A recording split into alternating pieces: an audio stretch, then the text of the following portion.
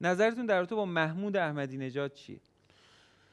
من فقط فوتبالشو بگم، قسمت ورزششو هم، هم چون ورزششو بگین، هم لحاظ شرایط اقتصادی مردم تو اون زمان. بالاخره شما به عنوان یک شهروند داشتین زندگی میکردین. ببینید من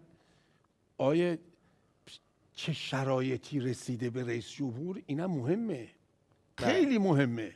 من میگم که اونو دارم میگم، من سیاسی نیستم، ولی چه تیمی به من رسیده، کی رسیده، یه تیم درب و داغونه همه مصدوم، 4 تا 3 اخطاری داریم که هر لحظه 4 اخطاری بشه، پول نداریم، امکان نداریم، بعد بیایم بگیم راجع به پیشرفت صحبت کنیم با توجه به شرایط.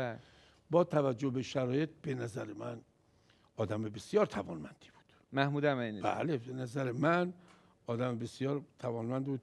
من یه دفعه اومدم به ایشون گفتم که ما زمین نداریم برای بازی کردن، مسابقه دادن، از ما 5 میلیون برای هر مسابقه و 3 میلیون برای یه تمرین قبل مسابقه خواستن. دستور داد که تمام بازی‌ها اینو تا پایان فصل بازی‌ها و جلسه تمرین قبل از مجانی بازیشون مجانی باشه.